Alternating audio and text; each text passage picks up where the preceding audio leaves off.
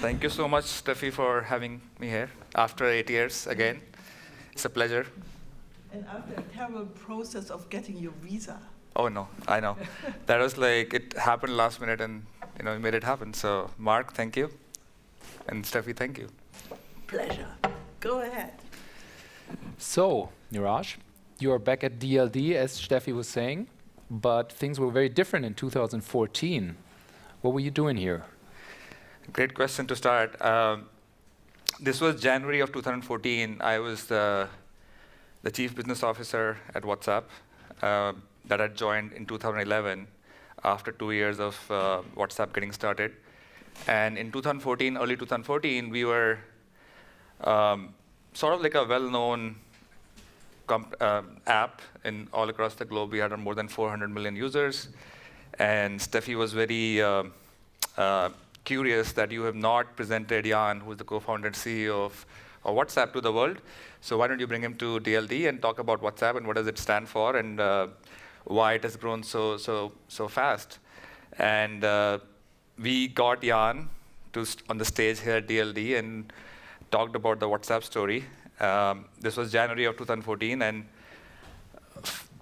as the luck would have it, we go back, and in February of 2014, the deal to merge with Facebook was announced. And I worked on the deal personally because I had a little bit of experience working on buying and selling companies. So that happened in the February of 2014. And it's just, it was surreal. I was talking to Steffi that we were here 8 years back and pre-Facebook, and then we became part of Facebook, and everything changed, yeah. So it was a historic deal that you were part of the negotiations. And you moved with the team into Facebook, or what is now Meta. And can you tell us a little bit about the change that you were a very successful but also very small startup at WhatsApp, and now you're in this kind of mega scale company that was Facebook already at the time. How is that? So yeah, I think we were around 55 people when we merged with Facebook. Very small team. Most of us were engineers and customer support people who were solving your daily issues with the app. And now we go join a company that was probably 10,000 people or something like that. I don't remember how big they were back then, but like a massive, thousands of people for sure. But the way the deal was architected was we did not move to the campus. We stayed in our offices, and that there was a very strong reason why we did that, to maintain the culture, to maintain the speed we had, the nimbleness we had to keep growing, and keep doing the good work that we've been doing for last 5 years. So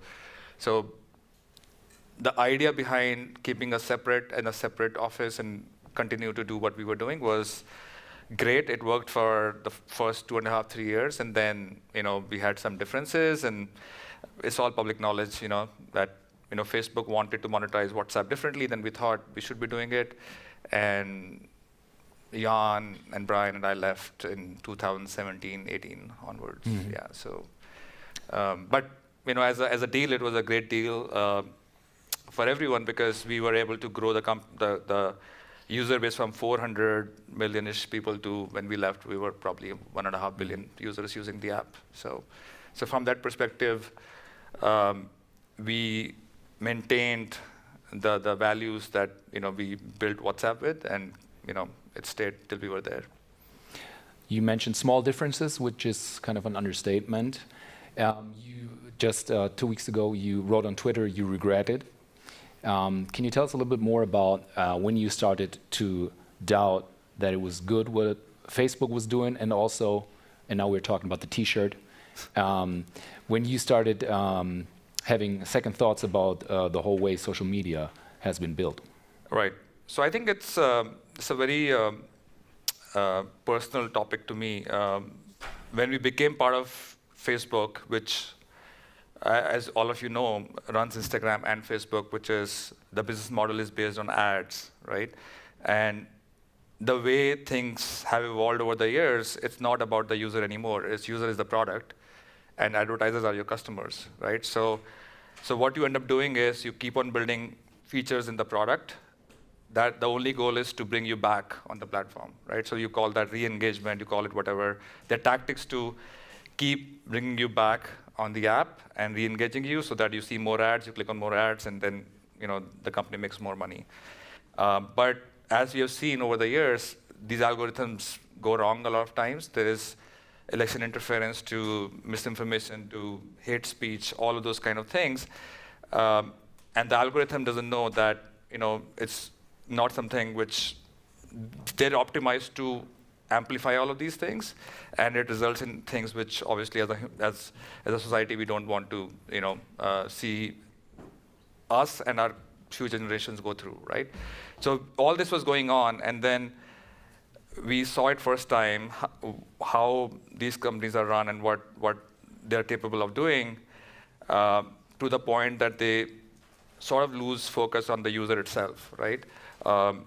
And when it came to monetizing WhatsApp, the same discussion started happening, where it was like, okay, it's been a few years and you've grown really well.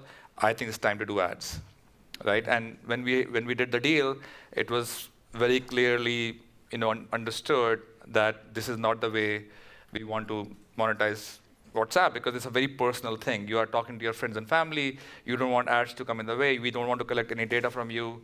We don't want to know anything about you except your phone number. And that was not the case how Facebook management thought things should be done. And that was probably the big point of difference that the management on both sides had. And then the best thing for us was to just get out of the way, and because at the end of the day, we became part of Facebook, so they owned it. But some people have accused you of kind of playing a bit of a naive guy, because Facebook paid a lot of money for WhatsApp. They had to monetize it. And what were you expecting them to do?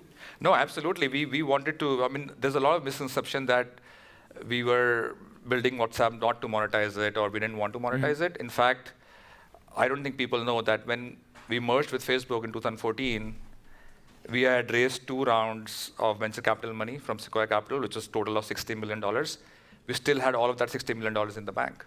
So we were able to run WhatsApp at break even by monetizing it using subscription. So we were not these folks who were like, we don't care about building a sustainable company. In fact, we were very focused on building a sustainable company.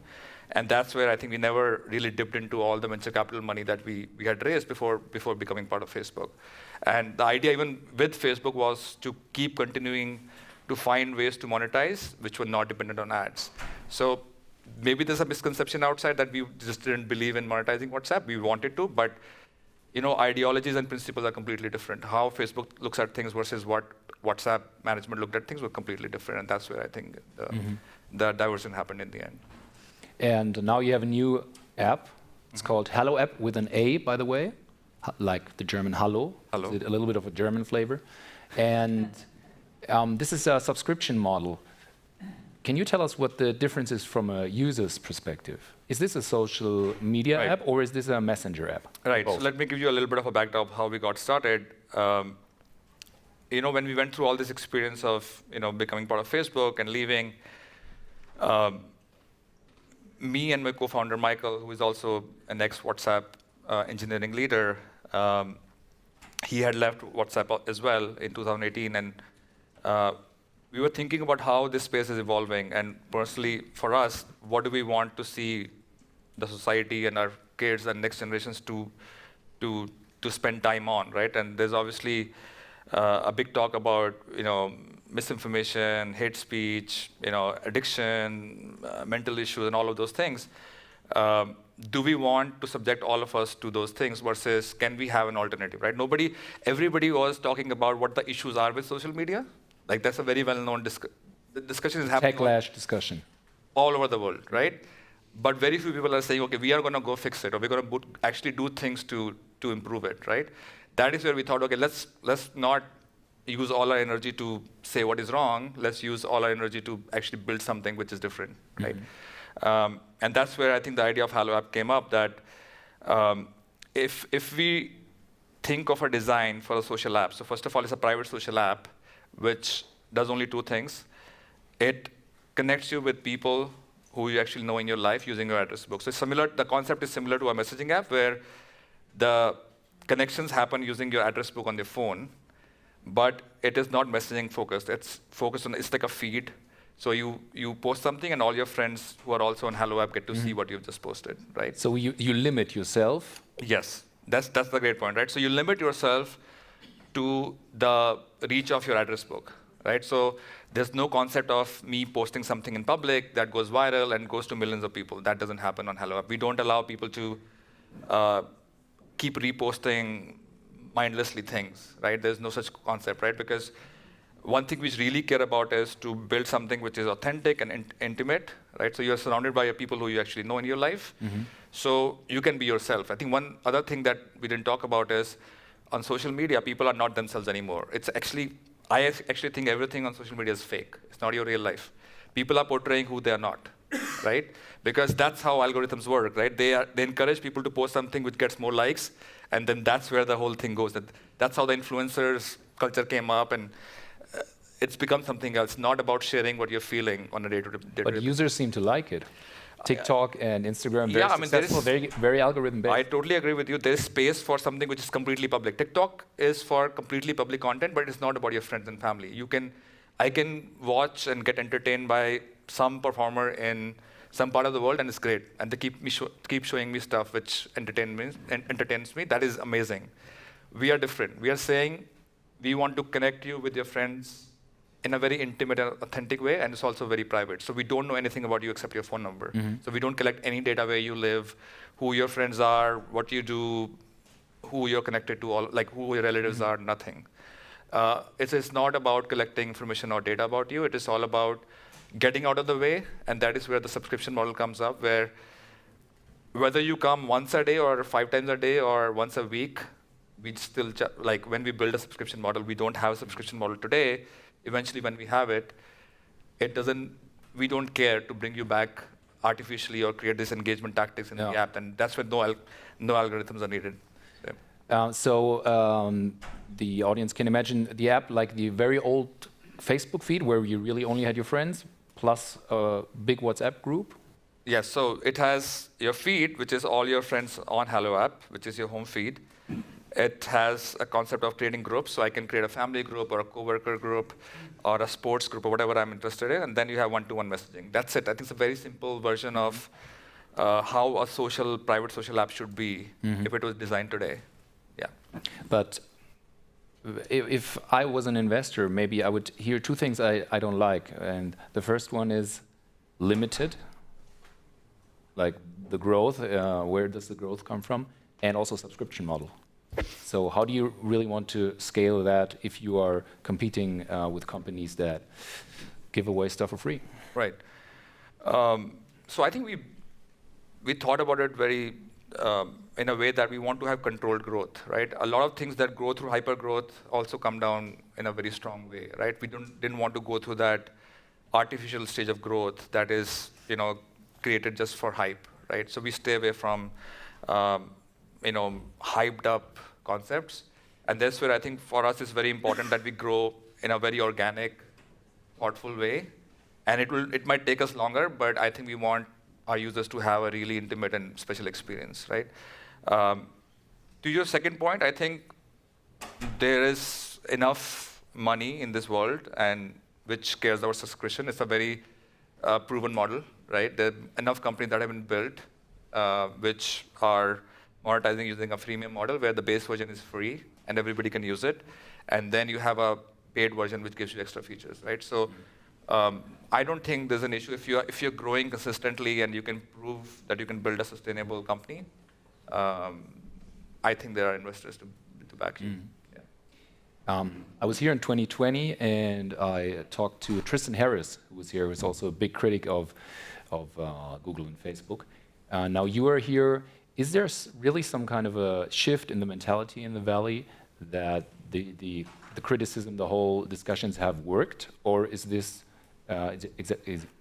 exaggerated? No, there's a big movement. I think we are just not about HalloApp. I think it's a big movement that is happening. Not only in the Valley, I think everywhere where people are waking up to the fact that all the time that you spend online what are the effects of that, right? How are these products manipulating you and your emotions every day and every hour, every minute, right? I'm sure you saw the Facebook files came out, and it talked about mental issues, health issues with teenagers, right? So I think it's a huge movement which got started a while back, and now people are actually building products which solve some of these issues, right? There are companies getting built which are ad-free search engine. Ours is an ad-free social app, which is private. There's a bunch of other spaces which are getting disrupted in a similar way, where people don't want to go through that whole experience of collecting data, mining it, selling it, running algorithms, and be in that business of, it's almost wrong. I think we shouldn't be in that business anymore. So. Okay, we have time for one more question. Sure. There's a guy on Twitter called Elon Musk, and he has been Who's that? A new guy. Okay. He has been ranting about algorithms and about bots, and given the Twitter bosses a lot of heat. What do you think about how he's driving that discussion? I mean, all I can say is he's a great entertainer. His tweets are very entertaining, and I don't know what he will do with Twitter. I have no clue. Nobody has a clue. Only he knows what he's doing there. Supposedly. Yeah, but you have to give it to him. He's asking a lot of good questions that tech leaders don't ask, right?